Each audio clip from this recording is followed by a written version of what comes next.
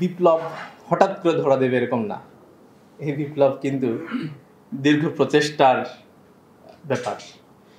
হতে পারে এটা আমরা আমাদের জীবদ্দশায় দেখতে পারবো কিনা জানি না, তবে এটা বংশ পরম্পরায় ইনশাল্লাহ চলতে থাকবে। আমরা আমাদের জীবদ্দশায় চেষ্টা চালিয়ে যাচ্ছি, আল্লাহ চাইলে আমাদের জীবদ্দশা আমরা দেখতে পারি। আবার হতে পারে যে আমাদের পরবর্তী প্রজন্ম এটা নিয়ে চেষ্টা করবে, তারপরের প্রজন্ম এটা নিয়ে চেষ্টা করবে, তারপরের প্রজন্ম এটা নিয়ে চেষ্টা করবে। কোন এক সময় ইনশাল্লাহ বিপ্লব হবে। সেই বিপ্লব এরপরে টিকিয়ে রাখার জন্য আবার প্রচেষ্টা চলতে থাকবে। এই বিপ্লবের সম্প্রসারণ ঘটানোর জন্য সবাই মিলে প্রচেষ্টা চালাতে থাকবে ইনশাআল্লাহ। সো আমাদের কাজ হচ্ছে যে বিপ্লবের জন্য চেষ্টা করা, মেহনত করা, মেহনতের কার্যক্রমের সাথে সংযুক্ত থাকা, এবং এর মধ্য দিয়ে আল্লাহ তাআলার যে নির্দেশ, জিহাদ ফি সাবিলিল্লাহর কাজ, সেই নির্দেশ পালনের মধ্য দিয়ে আমাদের রব আল্লাহ তাআলাকে খুশি করা, এবং খুশি করতে পারলেই আল্লাহ তাআলার পক্ষ থেকে আমাদের পুরস্কার, সেই পুরস্কার আমরা পেতে পারবো ইনশাআল্লাহ। আমাদের জন্য জান্নাত অপেক্ষমান থাকবে ইনশাআল্লাহ। সম্মানিত ভাইরা, তো এই যে আমাদের লক্ষ্য, আমাদের যে উদ্দেশ্য, সেই উদ্দেশ্য লক্ষ্য বাস্তবায়ন করার জন্য অত্যন্ত জরুরি হচ্ছে যে নিজেদেরকে যোগ্যতা সম্পন্ন করে গড়ে তোলা। ওই লক্ষ্য আর কর্মসূচি মাঝখানের জায়গাটা হচ্ছে যে যোগ্যতা সম্পন্ন কর্মী বাহিনী। তো আল্লাহর মেহেরবানিতে আপনারা বিভিন্ন পর্যায়ে কাজ করে করে কেন্দ্রের এই পর্যায়ে কাজ করেছেন, এবং এর মধ্য দিয়ে ছাত্র শিবির আপনাদেরকে গড়ে তোলার চেষ্টা করেছে, এবং আপনাদের মধ্যে যোগ্যতা তৈরি হয়েছে। যেই যোগ্যতা তৈরি হয়েছে এটা আমানত।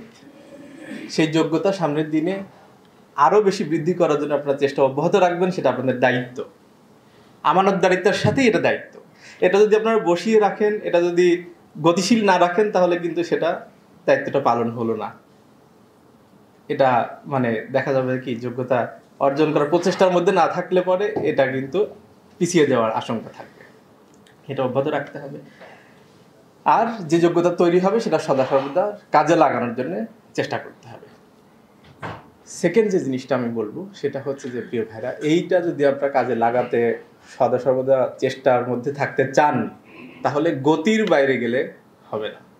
সূরা আসরের শিক্ষা হচ্ছে সদা সর্বদা যদি আমরা পরস্পরকে পরামর্শ দিতে থাকি, তাহলে আমরা ক্ষতি থেকে বাঁচতে পারবো।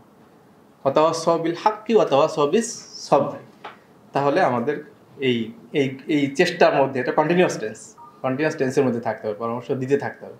আর এটার ফর্মাল ওয়ে হচ্ছে, পরামর্শ দিতে থাকার ফর্মাল ওয়ে, প্রাতিষ্ঠানিক উপায় হচ্ছে সংগঠন। তো এই জন্য এখান থেকে আপনাদেরকে আলাদা করে বোঝানোর কোনো দরকার নাই যে এরকম নিতে হবে কেন। আপনারা নিজেরাই জানেন, বহু আলোচনা করে আসছে। তো এখান থেকে বের হওয়ার সাথে সাথে রুকন হওয়ার যে প্রচেষ্টা, সেটার মধ্যে আপনারা ইনভলভ হয়ে যাবেন ইনশাল্লাহ, দায়িত্বশীলরা বলবেন। সেটার জন্য একটুও দেরি না করার জন্য আমাদের পক্ষ থেকে আমরা আহ্বান করতে চাই। সম্মানিত ভাইরা, নেক্সট যে বিষয়টা বলবো সেটা হচ্ছে, আপনাদের, আমি অনেক সবার কথাই তো আমরা শুনলাম যে কে কি হতে চান। সো আপনাদের ভবিষ্যতের যেই ক্যারিয়ার কেন্দ্রিক যে প্ল্যান, সো অনেকেই চিন্তা ভাবনা করে এই কথাগুলো বলেছেন। তা আমি আরেকটু চিন্তা করতে বলবো আপনাদেরকে। আমাদের এই ক্যারিয়ারটাও হবে আল্লাহর জন্যই, আল্লাহর দিনের বিজয়ের জন্যই যেন এটা কাজে লাগে। সো আপনি আরও ভেবে চিনতে, আপনি যেই ক্যারিয়ারটা গঠন করলে আপনার পটেনশিয়ালিটি ওখানে গিয়ে কাজে লাগবে এবং আল্লাহর দিনের বিজয়ের জন্য সেটা কাজে লাগাইতে পারবেন, সেরকম ক্যারিয়ারটা চুজ করে সেইটাকে গঠন করার জন্যে আপনি আপনার এখন থেকে প্রচেষ্টাটা চলুক। আপনি হঠাৎ করে কোথাও জয়েন করলেন, তারপরে ঠিক আছে দেখি, এভাবে না হোক। আপনি দুদিন দেরি করেন না, অসুবিধা নাই, কিন্তু সেটার জন্য আপনার সেই প্ল্যান্ড যে ক্যারিয়ার, সেটার সাথে সামঞ্জস্যশীল হলে পরে আপনার এটাতে কি হবে, 2 দিনের জন্য অভিজ্ঞতাটা হলো, সেই অভিজ্ঞতা সামনের দিনে কাজে লাগবে, সেটার চেষ্টা করবে। থার্ড কথা যেটা বলতে চাই, এবং লাস্ট কথা মূলত আজকের আমার, সেটা হচ্ছে যে দিন হচ্ছে জীবন উদ্দেশ্য। সো আমার ওই উদ্দেশ্যটা দিন হয়, দিনের স্বার্থেই আমার গোটা জীবনের সব কিছু যেন পরিচালিত হয়। আপনার ক্যারিয়ার, আপনার সংসার, আপনার জীবনের সমস্ত রুটিন হবে দিনকে কেন্দ্র করে। এই জায়গাটাকে প্রায়োরিটিতে 1 নম্বর রেখে আপনার সমস্ত কিছু সাজানোর জন্য যদি চেষ্টা করেন, আল্লাহর কাছে সাহায্য চান, ইনশাআল্লাহ আল্লাহ তাআলা আপনার সব কিছু সেভাবে করেই গঠন করার সুযোগ করে দেবেন। আল্লাহ তাআলা আমাদেরকে তৌফিক দান করুন।